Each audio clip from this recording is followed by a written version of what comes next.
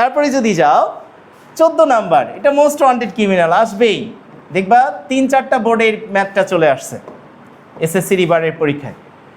তাহলে এখানে দেখো কি দেয়া আছে বলো তো, 3m + n / n - m = 9 হলে m অনুপাত n বের করতে হবে। অর্থাৎ এটা মানেও যা m/n মানেও কি, তাই না? অর্থাৎ আমার টার্গেট এটা থেকে m/n এর মান বের করা।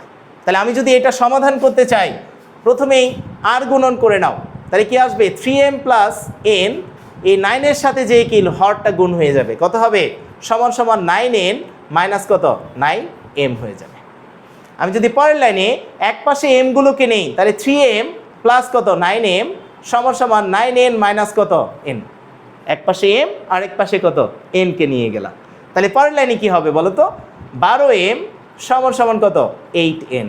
এখন টার্গেট কি, m আর n গুলোকে বাম পাশে রাখা আর সংখ্যাগুলোকে কি ডান পাশে নিয়ে যাওয়া। তাহলে পরের লাইনে হবে m/n = কত 8/12। তাহলে কাটাকাটি করো, ধিসুম ধিসুম, 8 × 4 = 8, 3 × 4 = 12, তাহলে কত আসবে 2:3 চলে আসবে তোমার অ্যান্সার। কথা বুঝে গেছে? জাস্ট আর গুণন করে m/n এর মান বের করে নিয়ে আসবা।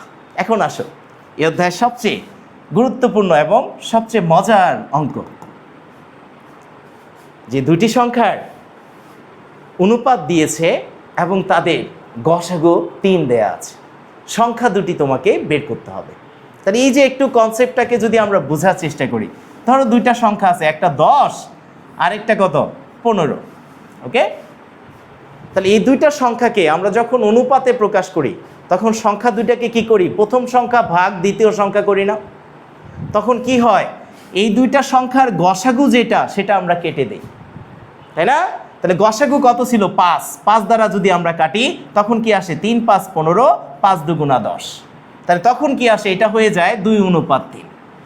তার মানে অনুপাত দিয়ে আর গসাগু দিয়ে যদি সংখ্যা দুইটা বের করতে বলে, তখন সংখ্যা দুইটা তুমি বের করতে পারবে না। সংখ্যা দুইটা বের করার জন্য তখন কনসেপ্টটা কি হবে, যে প্রথম সংখ্যার সাথে কি আমরা 5 গুণ করে দিব, তাহলে সংখ্যাটা প্রথম সংখ্যা বের হয়ে আসবে, গসাগু যেটাই থাকবে। আবার দ্বিতীয় সংখ্যার সাথে 5 গুণ করে দিব, তাহলে কি দ্বিতীয় সংখ্যাটাও বের হয়ে আসবে। এটা যদি কখনো অনুপাত আর গসাগু দিয়ে সংখ্যা দুইটা তোমাকে বের করতে বলতো, তাহলে তখন তুমি এই কনসেপ্টটাকে ব্যবহার করবা। কথা বুঝছো? কিন্তু এখন তোমাকে কি বলছে বলো তো ভাইয়া, তোমাকে দেয়া আছে কি, এখন অনুপাত দিয়েছে আর গসাগু দিয়েছে, কি বের করতে বলছে, লসাগু। তাহলে এখানে অনুপাত আর গসাগু যখনই দিবে, তখন কি a b x হবে কি তোমার গসাগু। এ মানে কি পূর্ব রাশি গুণন উত্তর রাশি গুণন গসাগু করলে তুমি লসাগু পেয়ে যাবা। তাহলে এখান থেকে এই সবগুলোকে গুণ করে দাও, দিলেই তোমার কি বের হয়ে আসবে, লসাগু বের হয়ে চলে আসবে। কথা বুঝছো? তাহলে লসাগু কত হবে, 3 × 4 = কত 3 সমান সমান 3 × 4 = 12, 3 × 12 কত 36, অ্যান্সার হবে কত 36। কথা বুঝে গেছে? তা যখন অনুপাত আর গসাগু দিবে, তখন কি মনে রাখবা যে এই সূত্রটাকে, লসাগু সমান সমান কি হবে, লসাগু সমান সমান অনুপাতের রাশি দুইটার গুণফল। মনে করো অনুপাতের রাশি দুইটা আছে a b আর গসাগু হচ্ছে x, তাহলে a b x হয়ে যাবে তোমার গসাগু লসাগু। তাহলে এখন যদি লসাগু দেই আর অনুপাতের রাশি দুইটা দেয়া থাকে x এর মান, মানে লসাগু গসাগু বের করা যাবে না। জাস্ট লসাগুকে অনুপাতের রাশি দুইটার গুণফল দ্বারা ভাগ করে দিবা, তোমার গসাগু বের হয়ে চলে আসবে। এই দেখো পরের প্রশ্নটাই সেটা করেছে। দুটি সংখ্যার অনুপাত দিয়েছে কত 5:6 আর লসাগু দেয়া আছে কত 150। তাহলে লসাগুকে কি করব, এই দুইটার গুণফল দ্বারা ভাগ করে দিব, আমাদের গসাগু বের হয়ে চলে আসবে। কত হবে অ্যান্সার, 150 ভাগ 5 × 6 সমান সমান 5 × 6 = 30, আর 30 দ্বারা ভাগ করলে কত 5 × 30 = 150, অ্যান্সার কত হবে 5। কথা ক্লিয়ার? কয় সেকেন্ড লাগবে অ্যান্সার করতে? খুব সহজেই পারবা না? তারপরে যাও, দুটি সংখ্যার অনুপাত দেয়া আছে, তাদের লসাগু জানা আছে, সংখ্যা দুটির অন্তর বের করা যাবে না?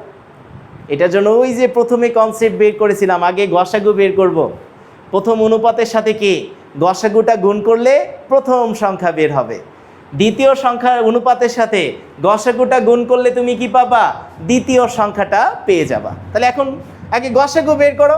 তাহলে গসাগু কত বলো তো, এই সংখ্যাটার গসাগু কত হবে, গসাগু সমান সমান লসাগু কত? 910 ভাগ 7 গুণন কত? 10। তাহলে এই শূন্য কাটা, 7 দ্বারা এটাকে ভাগ করলে কত হয়? 7 7, 7 13 কত? 91। তাহলে প্রথম সংখ্যাটা হবে কত? 7 গুণন 13, তাহলে কত আসে? 91। আর দ্বিতীয় সংখ্যাটা হবে কত? 10 গুণন কত? 13 সমান কত? 130। তাহলে বিয়োগফল কত? এই দুইটাকে বিয়োগ করে দাও, বিয়োগ করলে কত আসে? 9।